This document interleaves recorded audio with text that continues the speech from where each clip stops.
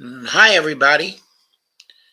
This is Empowering Democracy, and I'm your host, Joe Firestone. And our topic for tonight is Checkmate in Russia.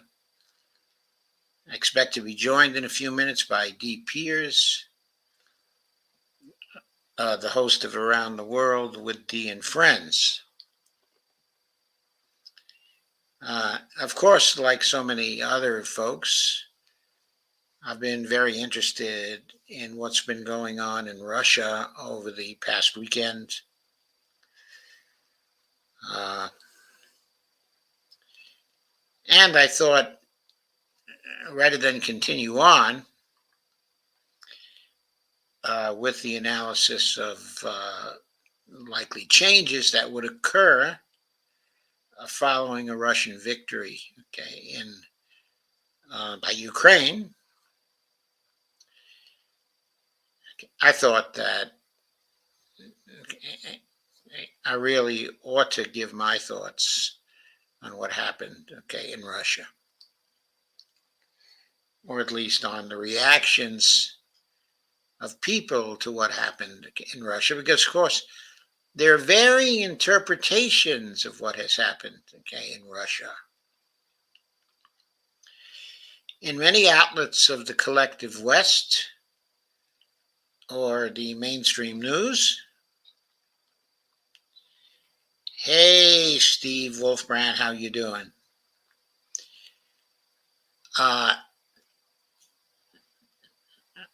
there seems to be an embracing of the events over the weekend.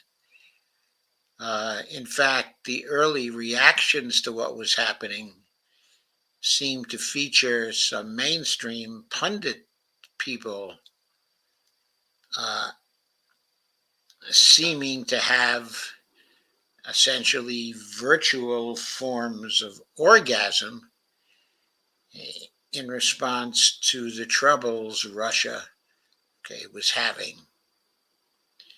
In particular, I'm told, okay, that Rachel Maddow herself was uh, had all kinds of expectations as to what would happen, okay, in Russia. But lots of other commenters were also doing rather extreme speculations as to what the meaning of this was, and speculations about the kind of instability that we would see, okay, in Russia as a consequence of this happenings. Of course, there were people who were positively courtling, okay, about uh, the race to Moscow by the Wagner forces. So I thought I should be giving my own interpretations, okay, of events, since I have a PhD in comparative politics and international relations. I know you don't always see me talking about that, okay, because of the expertise I have in a lot of other areas as well. But I'm going to tell you what it looked like, okay, to me. And when Dee arrives, I'm sure she'll have opinions as what it looked like to her. And if Greg Mallard happens to join us, then he'll be giving us his views of it also. Okay, my views are that a part of the Wagner group, first of all, let's state, okay, the Wagner Group is a military company, a private military corporation. It's owned by a few people. Uh, of course, they constitute a private army. And it looks like in recent days, they've been comprised of roughly 32,000 people, somewhere between 32,000 and 35,000 people. At various times in the war, their force has been larger than that. Specifically, at certain times, it's gone up as high as 50,000. 50,000. Why does it vary so much so that it was at 50,000, now it's only 32,000? Because Wagner, considering the assignments they've been given by the Russian government, sustains a very high rate of casualties compared to other fighting forces, of Russia. They've been used as shock troops. A large part of the Wagner forces are people who are ill-trained, having only a few weeks of training. And then they're giving weapons, and they've been used as basically troopers for storming certain targets in urban areas. They're full, of brave people, some of whom, even many of whom, were previously prisoners and who volunteered before Wagner because of the opportunities to rehabilitate themselves in some form, or fashion. They have been very brave troops. They also have been successful in relation to accomplishing their objectives in key areas such as the Mariupol area and, of course, the Bakhmut area and some other urban areas, as well.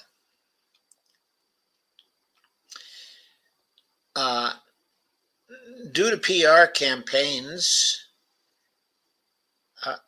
PR campaigns by their spokesperson, who is Yevgeny Prigozhin,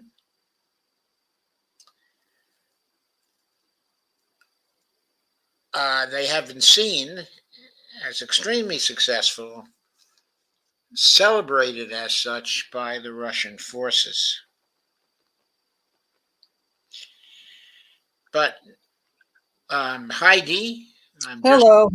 just joined by my good friend, the host of Around the World with Dee and Friends.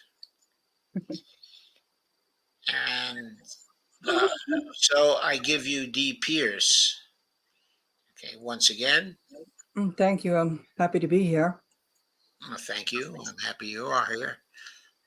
What we're talking about is what happened in Russia, and I want us to give our interpretations, of what happened based on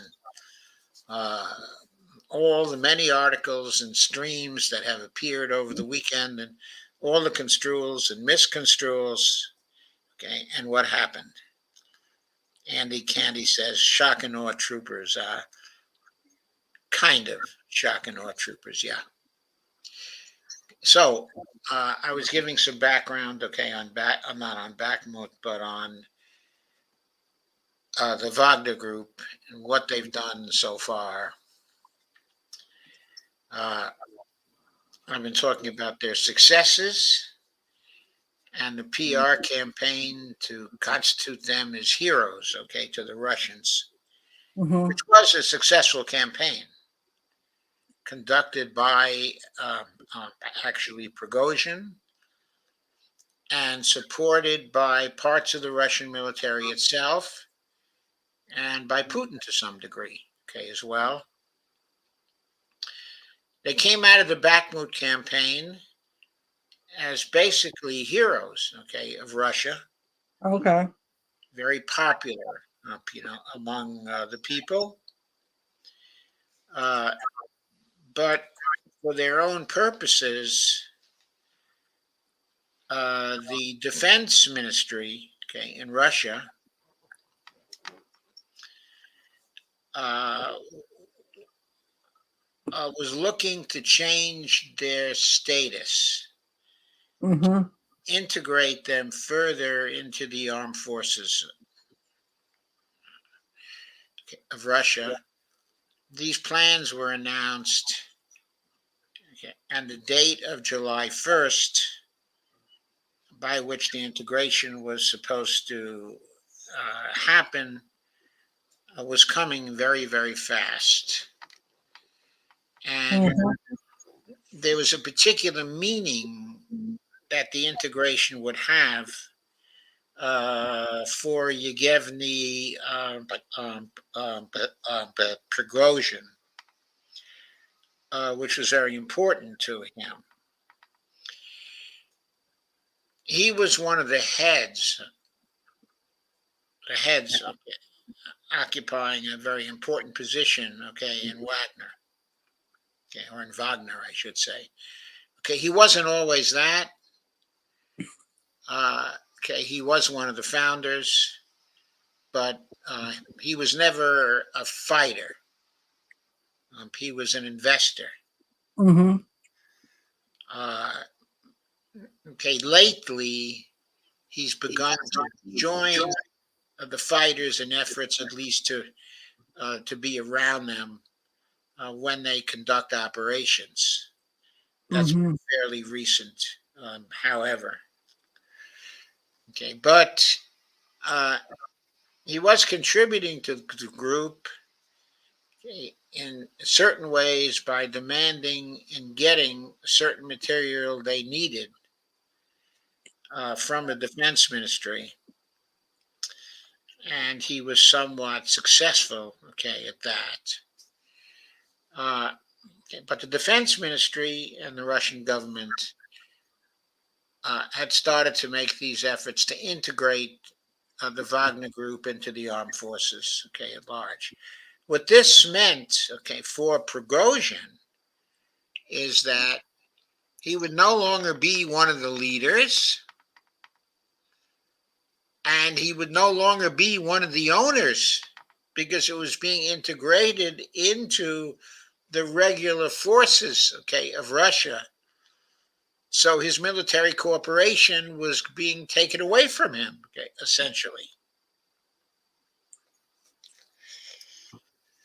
So he objected to that, and his objections took the form of continuous criticism of the defense ministry and the way it was going about things, with very direct and harsh criticisms of what the defense ministry was doing and had done. He made a number of outrageous claims, especially, in recent days, about how things were botched up by the defense ministry in conducting the defense against the counteroffensive by the Ukrainians.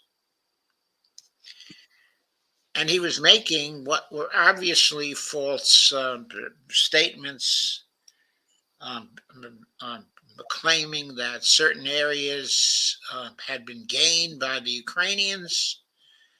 There were losses actually by the Russians, claiming even that the Russians, were losing the war because of the mismanagement of Sergei Shoigu, the defense minister, and the general, um, um, um, who had overall charge of the fighting, in Ukraine, specifically Valery Gerasimov.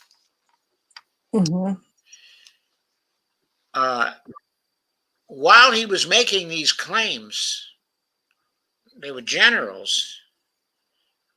Uh, supervisors of the military in various local areas, okay, in Ukraine, who were coming out and saying his statements were false, that they were being victorious, okay, in their fighting, and that things were quiet for them. There were no Ukrainian attacks, where he said there were Ukrainian attacks and Ukrainian gains. So he was giving out false information very publicly and very loudly. And his claims were getting increasingly extreme. Okay. And the Russian government was watching him do that for some time and not really taking any action. Uh, he was constantly complaining about how he was not getting ammunition from the defense ministry for fighting in areas that had become part, okay, of Russia. Scott Ritter points out that, well, of course he was having trouble getting material from them because these areas had been integrated into Russia, and constitutionally, the mandate of the PMC types of organizations, okay, that Wagner was to operate in foreign areas, not in Russian areas. Wagner, by this time, was fighting in what had become actually Russian areas. In other words, areas that had been actually annexed by Russia. So legally, Wagner, okay, in its activities in Bakhmut, for example, did not have an unambiguous form of legal status. So meanwhile, they're doing these operations and requesting the ammunition, and they're not supposed to be getting supplied by the defense ministry because they're no longer operating in foreign areas. Okay, now I know that from a practical point of view, this may seem like a legalistic kind of claim. Okay, but the point was there are legalities the Russians follow. And this was one of the reasons why they were slow in getting the ammunition that they needed. Of course, when this was being spoken of by Prigozhin, he never would bring up these kinds of technicalities, which in certain situations are very important. He would simply demand the ammunition that he needed and the other materials, okay, that he needed. Furthermore, he claimed at one point that Russian forces attacked his forces and that there were 30 fatalities.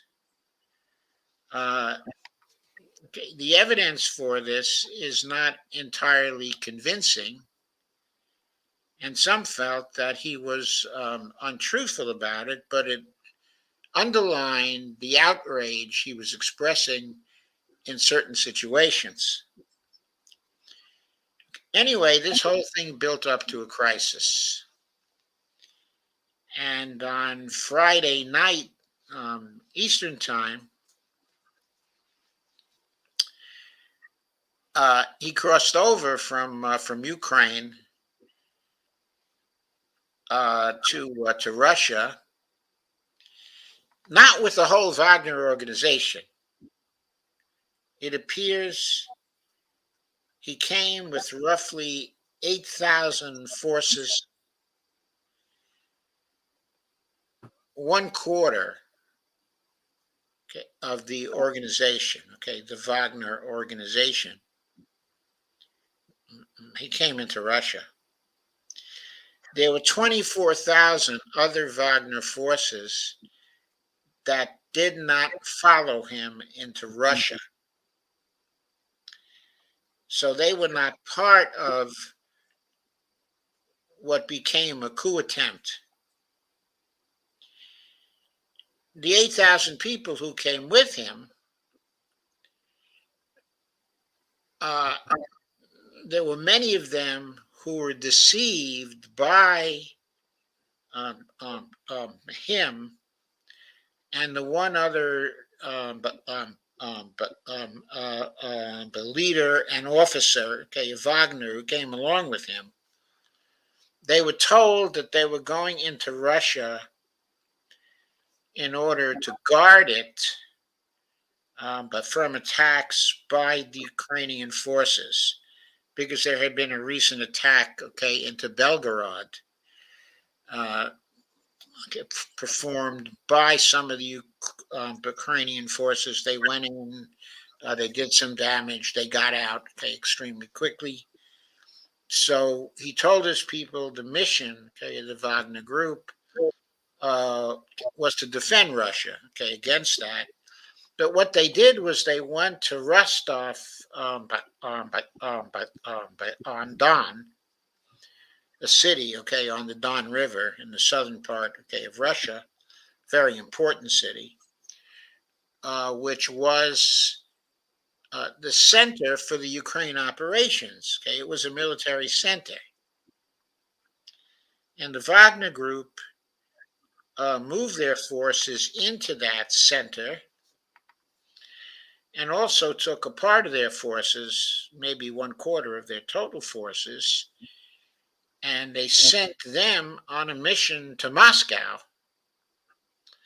ostensibly to overturn the Minister of Defense, force him to resign, and also in Rostov on Don, they hope to encounter uh, uh, uh, the primary general who was supervising, okay, the Ukraine effort, okay, specifically Gerasimov, and they were going to force him to resign, okay, as well.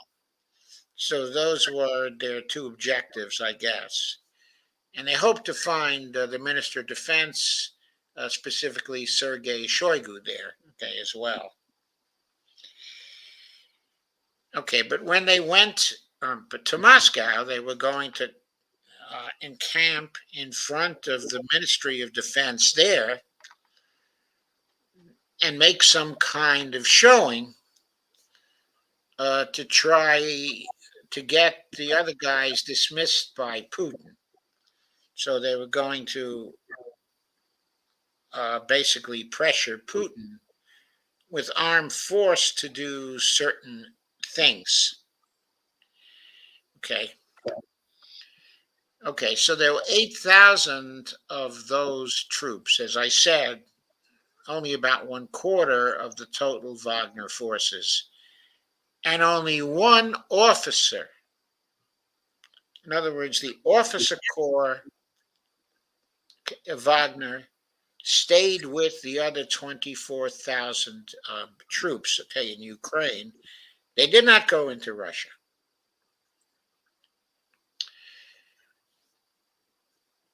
Okay, so when they went into Rostov, okay, on Don, they claim to have taken control of the area, to have conquered it. This is actually disputed. They were there in force. Certainly, there were presence to people there. There was kind of a celebratory aspect, okay, of their entrance into Rostov, and many of the population were evidently happy to see them there and were cheering them in certain kinds, okay, of contexts. Okay, the group they dispatched, though, to go to Moscow was proceeding towards Moscow very, very rapidly and got within 200 Mhm. kilometers or so, even by some counts to 150 kilometers, before they encountered any resistance. Uh, However, they did encounter considerable resistance. Okay. Now, general accounts of what happened in Russia while they were making the march for justice, okay, up to Moscow, as they called it. Okay, there were claims uh, some claims that there was some people supporting them, okay, in this march, but most people think that they got no support from any political figures in Russia. Okay, at all. They all sided with the legitimate government. They got no support from any other military figures of any consequence at all as they marched up to Moscow. They tried to get people to join them. Very few people would. So they were approaching Moscow with basically 2,000 of the Wagner people, okay, in the end. The other 6,000 was still in the Rostov, okay, on Don area. When they get within the 200 kilometers or so, they reconnoiter what's going on, okay, around them, and they see there are 2,500 special forces who are dug in, blocking their path to Moscow. And these forces are dug in strongly and are basically prepared to kill them all if they go any further. And talking among themselves, some of them started to say to others, there are these regular Russian troops, very well equipped. They're dug in. They outnumber us um, somewhat, and they've been given orders to shoot if we go any further. So the small group of 2,000 going to Moscow encountered that particular resistance. I don't know if it was at 150 kilometers or 200 kilometers, but that was, they saw very stiff but resistance starting to form to them, okay, at that point. And they were telling each other, well, maybe we ought to go back. And a phone call was made, okay, to Prigozhin to tell him what had happened and to ask him what to do. At the same time, the 6,000 of his troops that was still in the Rostov area were surrounded. That is, Rostov was surrounded by 10 to 15,000 Chechen special forces. And they were sending him clear messages saying that if you don't go back to where you came, we are prepared to march in and kill you all. Very explicit messages. Then he gets a call from the president, okay, of Belarus, specifically Lukashenko. Okay, and Lukashenko tells him, okay, Prigozhin, okay, it's over. It's over. You've got these 10 to 15,000 forces surrounding you, okay, in Rostov. You have 2,500 special forces waiting to annihilate your force of 2,000. They're well dug in. You have nowhere to go. You have to stop this effort, okay, at this point. Okay, here's the deal. In my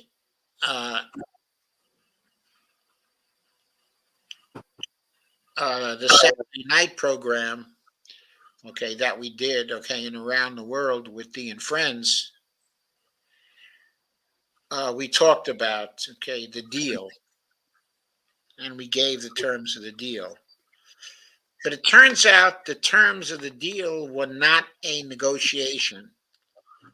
These were terms that were being dictated by Putin, through Lukashenko, because it was likely Prigozhin would listen, okay, to Lukashenko and believe him.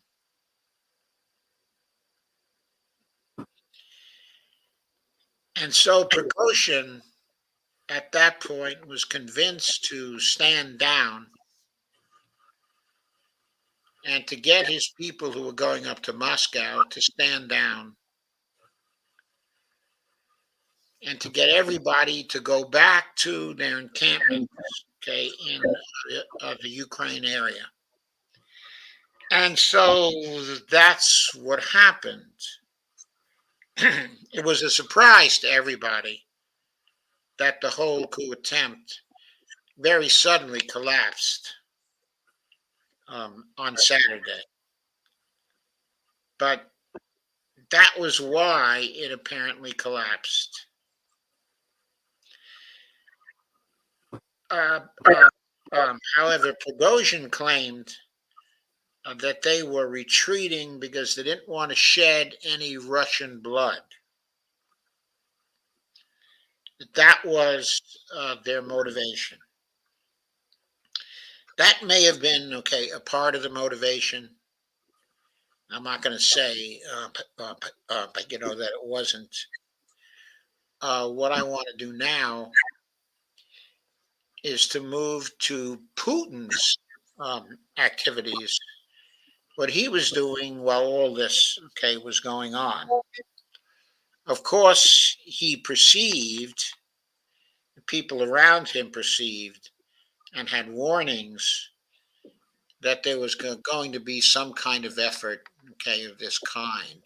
Not only he, but Western actors, members of the collective West, the governments of the collective West, the intelligence agencies, were aware that an effort of this kind was going to be made.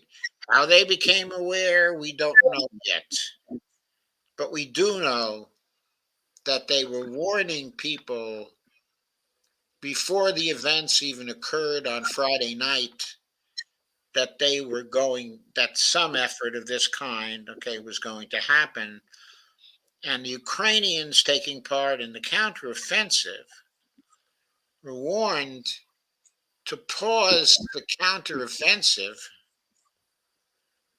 because if this effort in Russia was to follow the course that they hoped for, that might open up some opportunities for a breakthrough by the Ukrainian troops. Because troops might have to come from the Ukraine, Russian troops, in order to oppose the moves that were being made by the Wagner group, okay, the Wagner mercenaries. So at some level, there was communication with the collective West about these events, and those were feeding the hopes of the collective West that this might actually accomplish what they all were hoping for, which was basically the deposing of Putin and the creation of chaos in Russia and even civil war among the Russians. But as I said, or started to say, the Russians were very well aware that some information had leaked outside because information had leaked also to them, and they were watching Prigozhin very carefully. Putin even later said that he gave orders to his military and his supporters uh, to try to avoid any bloodshed and to refrain from shooting people, okay, or killing people until they got rather specific orders or the desperation of the situation actually called for it. So he took a very moderate approach to this. He took a wait and see approach, to see just exactly what he was facing. He made a speech, of course, and called the effort, okay, a mutiny and also treason, and promised to punish everybody involved.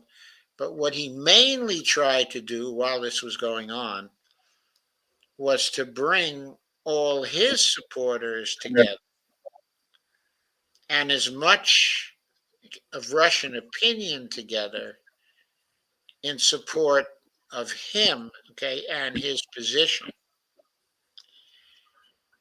And while Prigozhin was unsuccessful in raising support for himself and his effort, this was not the case, okay, with Putin. He got everybody to come together in support of him and to refrain from any support, okay, of the Prigozhin effort. This became clear to Prigozhin on Saturday afternoon by Russian time. So, what he was facing then, in the end, was a unified front from Russian opinion, from the people, from their leaders, from all the major politicians, from all, okay, of the military leaders. He found himself alone. He had no support. He saw the 2,500 special forces troops opposing his troops on the road to Moscow. He saw there were the 10 to 15,000 Chechen troops surrounding him, okay, in Rostov. So he took the deal Putin, okay, was offering him to stand down. He, of course, was mandated as part of the deal to leave Russia and go to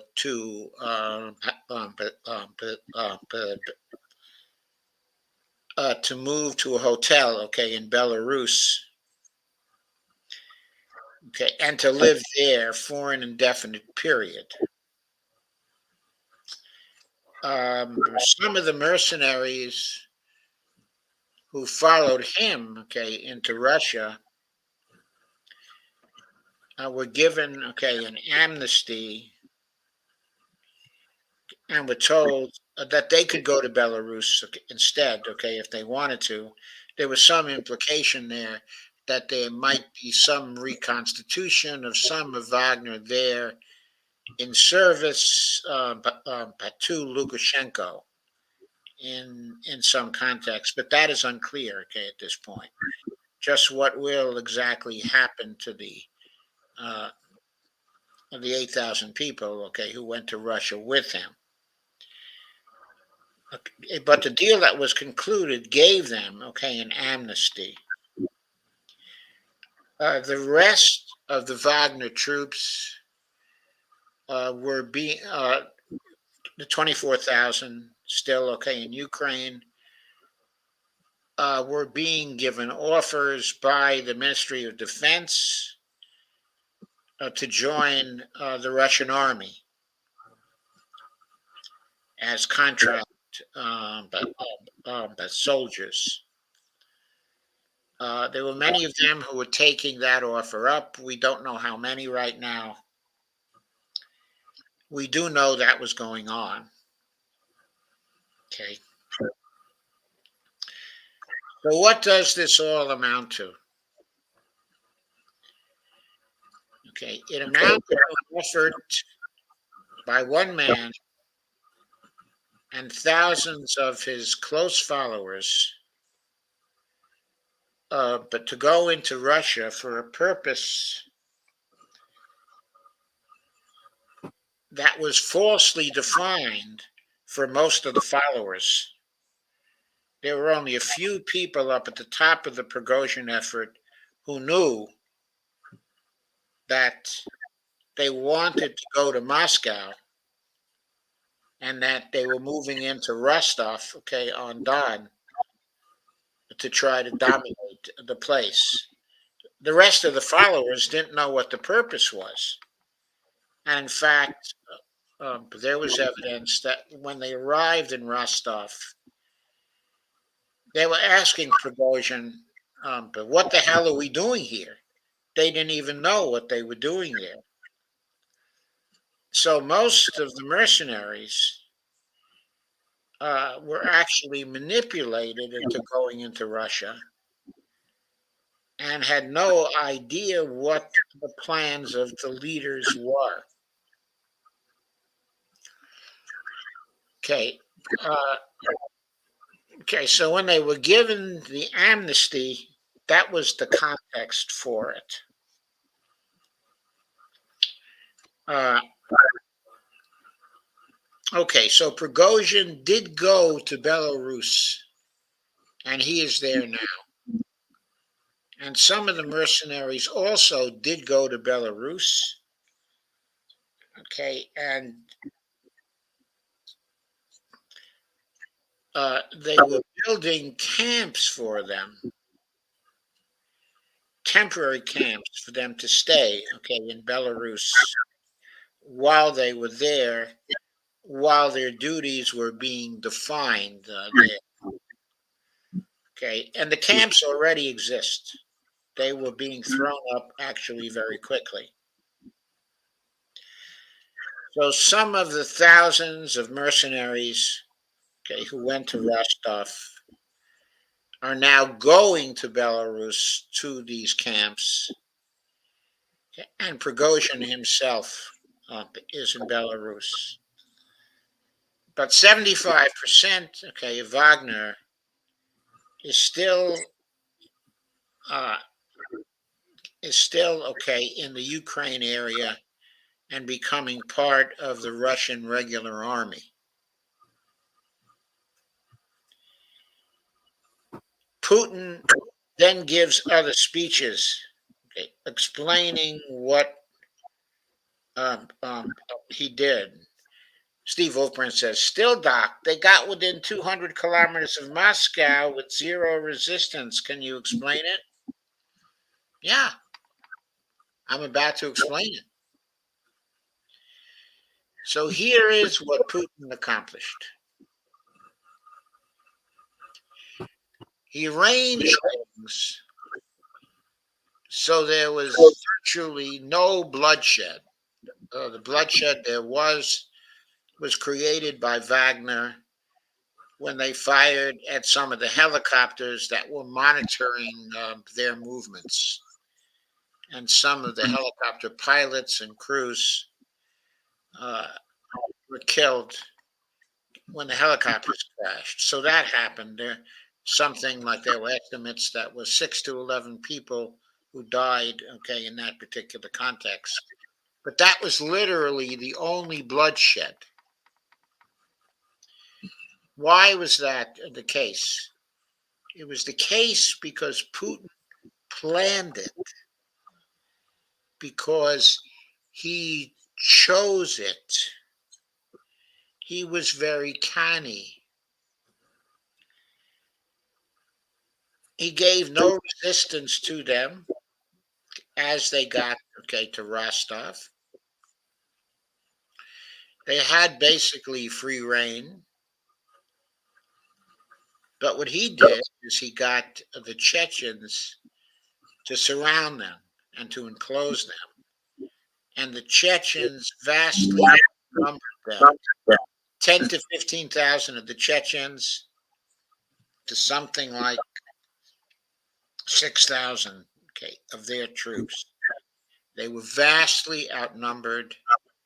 The Chechens were very well armed and very well trained. They didn't have any raw recruits, which was not the case for Wagner. Okay. So if they had stayed in Rostov and refused to withdraw, the Chechens were ready to attack, the Chechen special forces. Okay. On the road to Moscow, Putin fixed it so local forces, okay, were not to resist until a certain point. So basically, they were given freedom to move towards Moscow until they reached certain points which were to be heavily defended by the Russians. Why did Putin arrange it in this way? Because he thought that there would be Russians fighting Russians and there would be bloodshed if they were resisted along the way to Moscow before the Russians were ready to offer resistance of a decisive nature to them.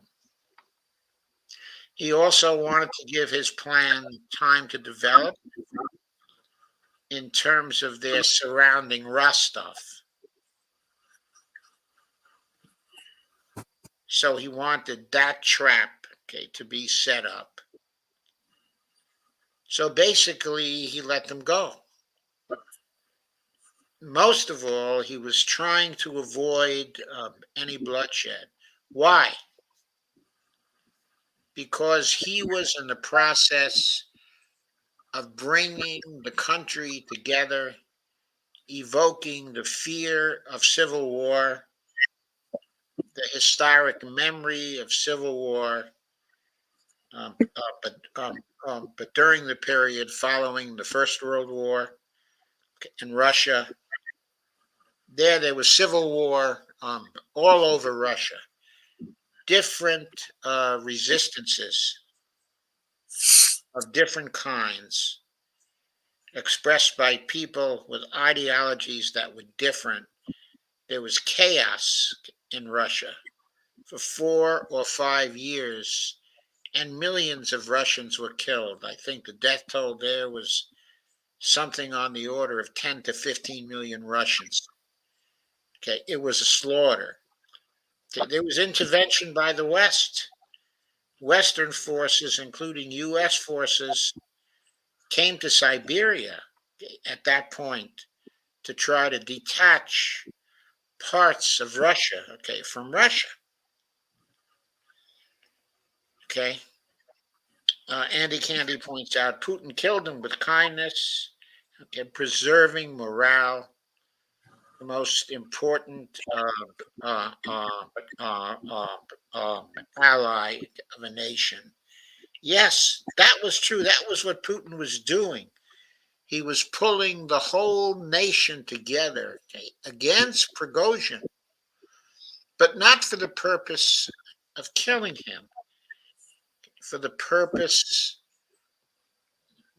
of building an irresistible wall of support that he could see that was backed up by armed force that would eventually be used against him if he persisted. And he was given a way out of that did not involve any violence by Putin, okay, and also the president, okay, of Belarus, specifically Lukashenko.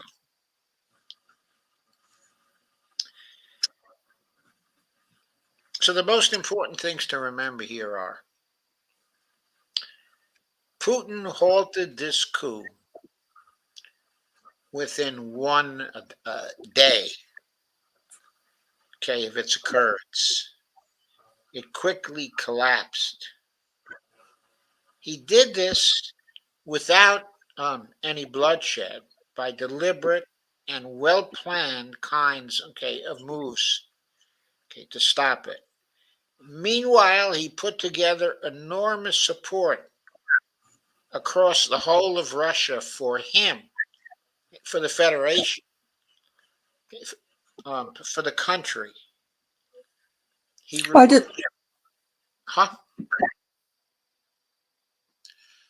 He recalled to people of the Civil War of the early days of the 20th century and how devastating it had been to Russia and how important it was to avoid that kind of thing happening.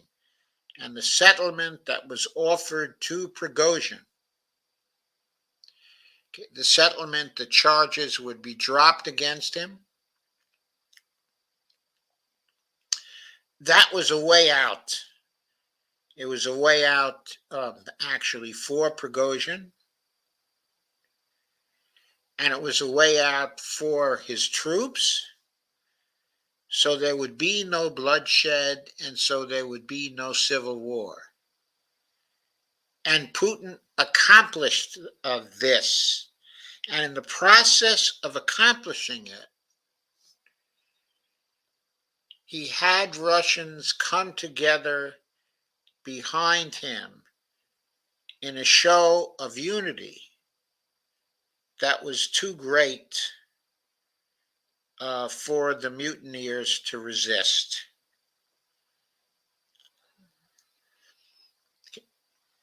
Okay. Now, people who are viewing this from the West speculate that Putin was weakened by this whole process because his authority was challenged. Yes, his authority was certainly challenged, but his authority at the point of challenge was overwhelmingly supported by people from every walk of life, by all the politicians, by all of the military people, by all of the generals, even by most of the Wagner force who refused to go with the 1/4 that went to Russia. He created greater unity behind him than had ever been the case before. So, what should we say about this? Okay, it seems to me that we have to say that he emerges from this affair as stronger than when he went in, because people who disagreed with him about strategy and tactics in going after victory, okay, in the Ukraine war, even though they disagreed with him, in the end,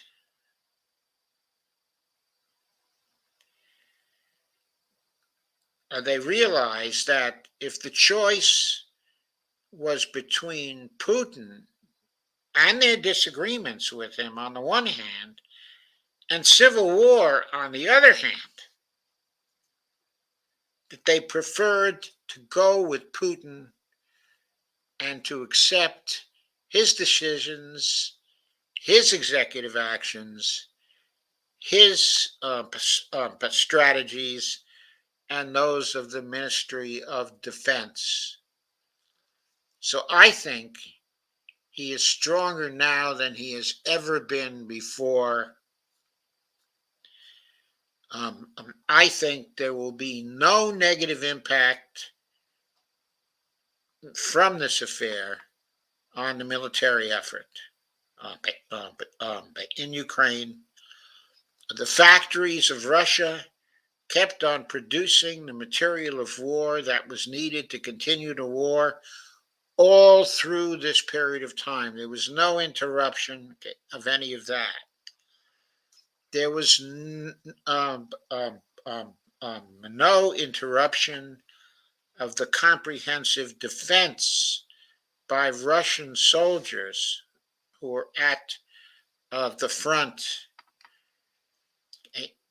in blocking the Ukrainians, who have not had an ounce of success in this counteroffensive. It's been going on now, for 3.5 weeks or something like that. They haven't even gotten to the first line of the 3 lines of defense. They're still in the gray zone of encounter, with the Russians. They cannot break through. And they didn't break through even when this was going on. Maybe that was because they were taking the advice of the West to wait and see. But I think the primary factor was that there was no slacking of the defense by the Russian military people inside, of Ukraine. I also think the Wagner forces that are being incorporated into the Russian army, as we speak, will become even more effective fighters in the context of the Russian army than they have been so far. I cannot say what strategies will now be followed, by the defense ministry, and by Putin. There are many people in Russia who, in spite of their support of Putin, want a more aggressive wartime strategy in Ukraine than Putin has followed. They want a big arrow offensive of some sort. They want a blitzkrieg of some sort. They think Putin has been too soft. They don't, necessarily remember Putin's objective, which is demilitarization of the Ukraine.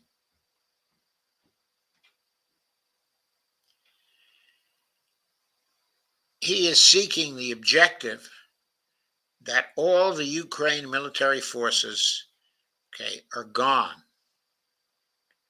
And he's been willing to pursue that objective on an incremental basis, primarily through a defensive strategy, as opposed to, an offensive strategy. There's every indication that he may not go for a big arrow offensive, but then he may. But the point is, it's going to be up to Putin, who will assess the degree of internal support for a big arrow offensive, and will coordinate that with his own ideas about what is appropriate, at this time. Seeing Putin's behavior in the face of this crisis, I am very persuaded that he is a very canny and very sensible and very realistic man who is moved much more by calculation, than by emotion or anger or anything precipitous. He's not moved, by bravado. He is moved by the results he thinks will come out of certain actions. He has, as we now know, not done anything precipitous in dismissing Shoigu or also Gerasimov. He is sticking with them, apparently. They had a meeting, on Monday. We don't know what came out of that meeting, but we know neither of them were replaced at that point. We don't know what changes in strategy are being contemplated by Putin. We only know nobody laid a glove on him in terms, of this affair, that he comes out actually politically stronger in relation to support for the war, and in relation to conveying his belief, which is of the utmost importance, that and people in the West don't understand that. Putin views the attack by NATO through the use of Ukraine. He views it as an existential crisis for Russia because the objective of the West was to overturn the Russian government and to dismantle the Russian Federation so Russia could never become a great power again. Putin sees that result as chaos. He sees that as an unacceptable result. He sees that as an existential threat for the nation he heads, which is the Federation, the Russian Federation. And he has taken this opportunity to convey this understanding that the nation is involved in an existential threat, to try to persuade people that even greater efforts at support of the government have to be made by everybody, even including the sophisticated populations of places such as Moscow and St. Petersburg, where people are living comfortable and pleasurable sorts of lives because they are far from the war. And Putin wants them to know that because the threat is existential, greater sacrifices may be needed. Because I believe Putin thinks that the demilitarization of Ukraine is absolutely imperative, as is the denazification, of Ukraine. I think he believes that there's no way of immediately negotiating with the West, because the West has taken away all the trust he had in the West and the words of the Western leaders, and politicians. They have admitted that they have lied to him in the past. They've lied to Russia in the past. They've done everything they could to surround Russia and to present Russia with a comprehensive threat to its securities. They turned aside all pleadings for a new security framework for Europe.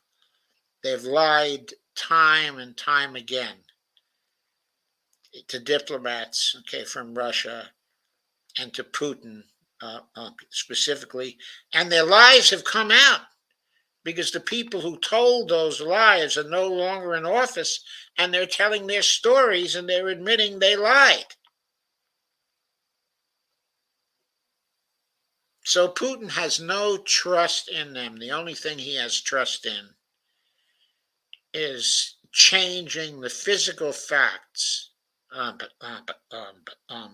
the ground, so the West has no choice but to accept a final settlement which involves the demilitarization of Ukraine, denazification, of Ukraine, and also the neutralization, of Ukraine. He will not stop until the facts on the ground leave the West with no other choice accept to just accept that. There was, okay, I understand, peace talk at a recent conference, okay, of NATO. Lots of peace talk, particularly from the Germans, that they have to go forward and they have to negotiate a peace with the Russians, okay, at this time. The only problem with that peace talk is that Russia was not there at this conference. Russians' feelings about peace talks at this time were not at all taken into account. So, what was the peace talk there worth? It was worth nothing. It was just people blathering. Because it's not about peace talk in some kind of abstract. It's about whether the NATO group and the collective West is willing to accept a demilitarized, denazified, and neutralized the Ukraine state. Until they're willing to accept that, this war will not end because the Russians don't have to end it. They are winning. They know they are winning. And they know the West does not have the material capability to stop them, okay, from winning. And they have no trust in the goodwill of the West to live in peace with them. Well, the word of the West, they don't, that old saying about giving you a word. You Yeah. can't trust the word from coming from the West. Yes, you can't accept it because they've never kept their word before. Exactly. So why would they do it now? All you can Mhm. seek is a self enforcing agreement such that the facts on the ground will make it impossible for them to accept anything else. Mhm. So I think that's the way Putin is looking at it. I think that's the way the Russians, okay, are looking at it. So I think the only way for there to be a quick ending of this war, people were talking maybe it'll end in July, maybe it'll end in August. I think the only way for that to happen is for the Ukrainians to lay down their arms and simply surrender. And if the West but doesn't like that, then I think the Ukrainians just have to tell the West to go to hell. He's basically, yeah, get the hell out of here. Leave us the hell alone. Yeah, get the hell out of here because you've ruined our country. Right. You're not living here Yeah, day in and day out. You're not suffering. yes, and that is absolutely the truth because before the war, there was something like 44 million people in that country. Right now, Colonel McGregor estimates, and Scott Ritter as well, that there is something like 18 to 20 million people still left, okay, in Ukraine. This war effort by the Ukrainians,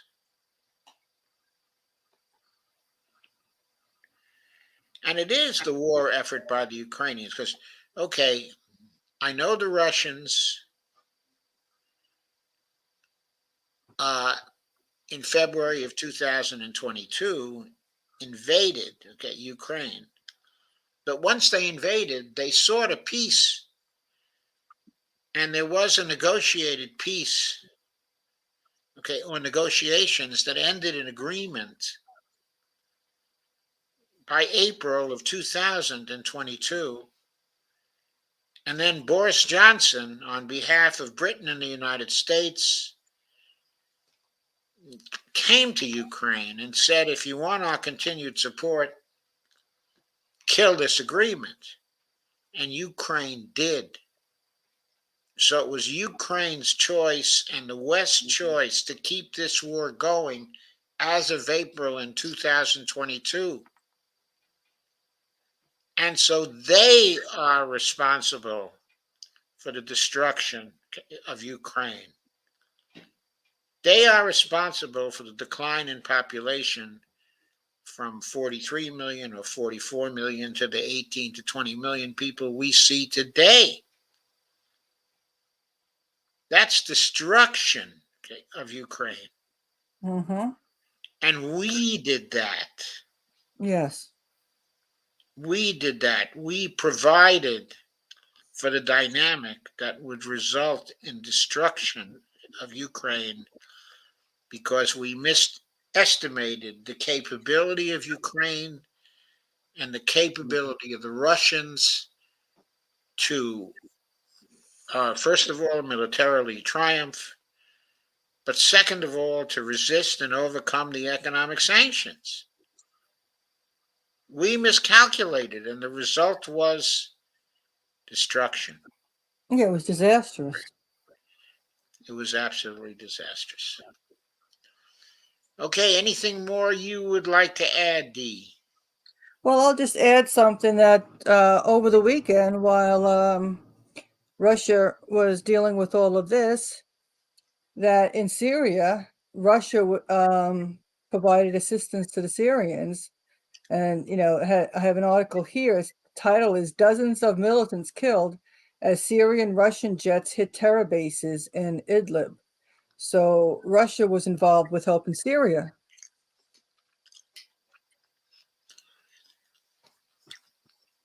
And So all of that is, okay, Russia was strong enough to help in Syria, mm-hmm, continue its own war, okay, in Ukraine,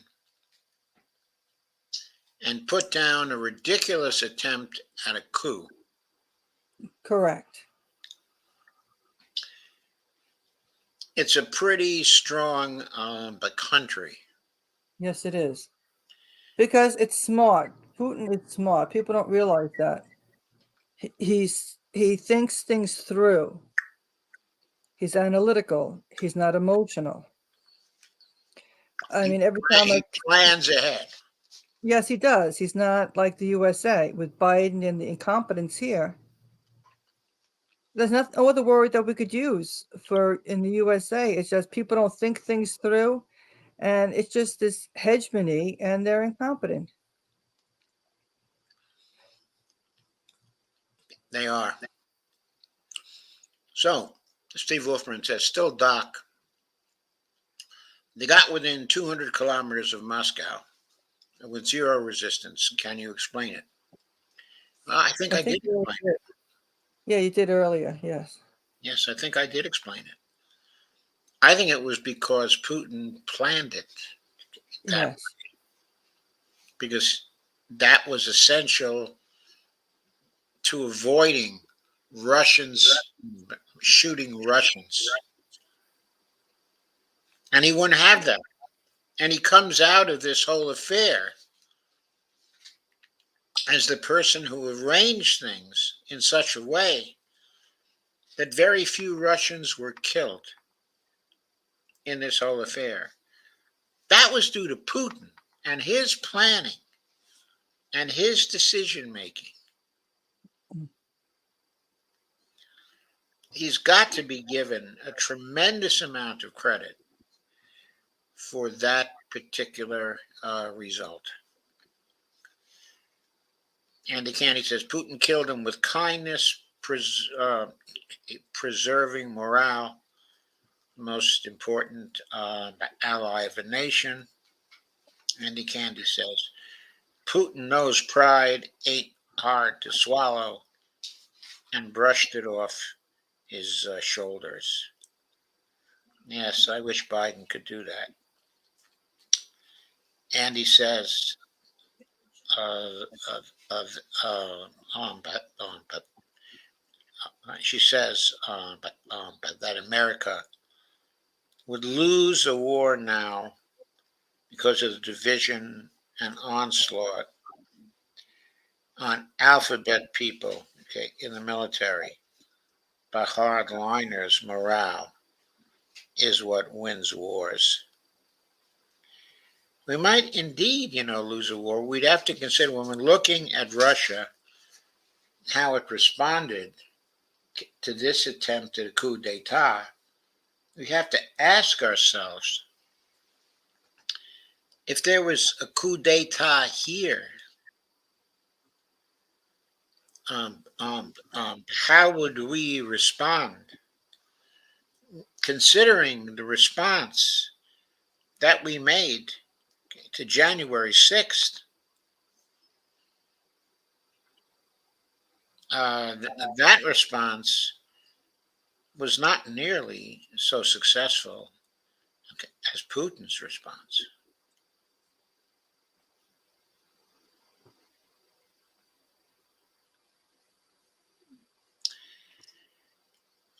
At least in my view, okay, it wasn't. And you got to wonder what would happen,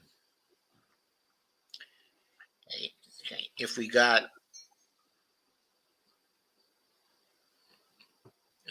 5,000 military together, starting out in Texas, with guns to make a march, okay, on Washington.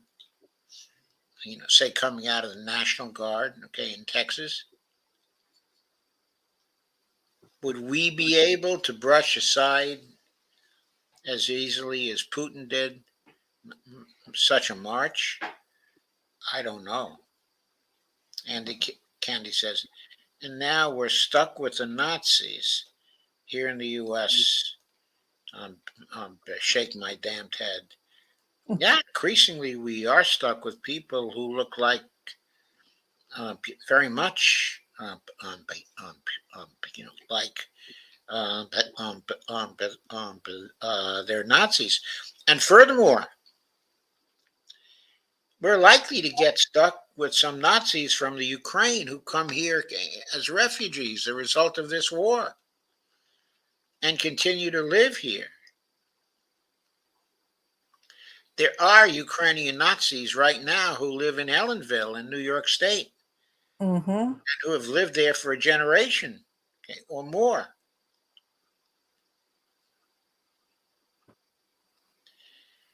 And now we may have to accept some more people from Ukraine of that persuasion because they'll be refugees, who'll be running from the Nazis. I'm sorry, from the Russians. Just something to think about. Okay, any more comments before we sign off for tonight? Well, I'm sure the U.S. wouldn't mind taking in more Ukrainians. It seems to be a non-issue when it comes to taking in the white Ukrainians.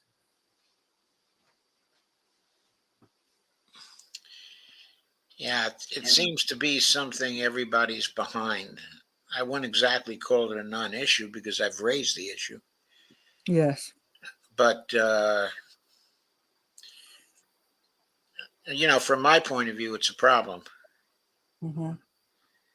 I don't want to strengthen the Nazi forces here, by adding Banderists No, we to don't their need that. numbers, okay, from Ukraine.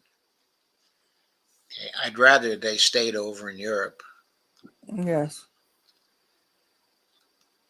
I agree. Stay on your own side. Stay on your own side of the Atlantic, yeah. Right. Okay, well, I guess if there are no more comments, then this is the end of this one. Okay, tomorrow, I'll have a Dump the Incumbent show, and I'll be going over the last 5 of the Republican senators that we'll consider. Uh, and so I think that should be a very interesting show. Okay, following that, uh, there'll be a Thursday show uh, on some topic, okay, of neoliberalism here in the United States and the state, okay, of neoliberalism. there are some interesting events that are coming out of the Supreme Court, which actually reflect on that, and I may be considering some of those. And on Friday, I'm going to summarize, okay, our efforts uh, to apply the litmus test, okay, to progressives, regular Democrats, okay, regular Republicans, uh, the Freedom Caucus, okay, and also 15 Democratic senators and 15 of the Republican senators. I'll try to summarize everything we learned through all these programs on how people raise their funds. Okay, so I hope you'll come around for those. Yes, and please hit the like button, subscribe, and share. And don't forget to buy us coffees. And also, don't forget I have a Patreon account, okay, as well.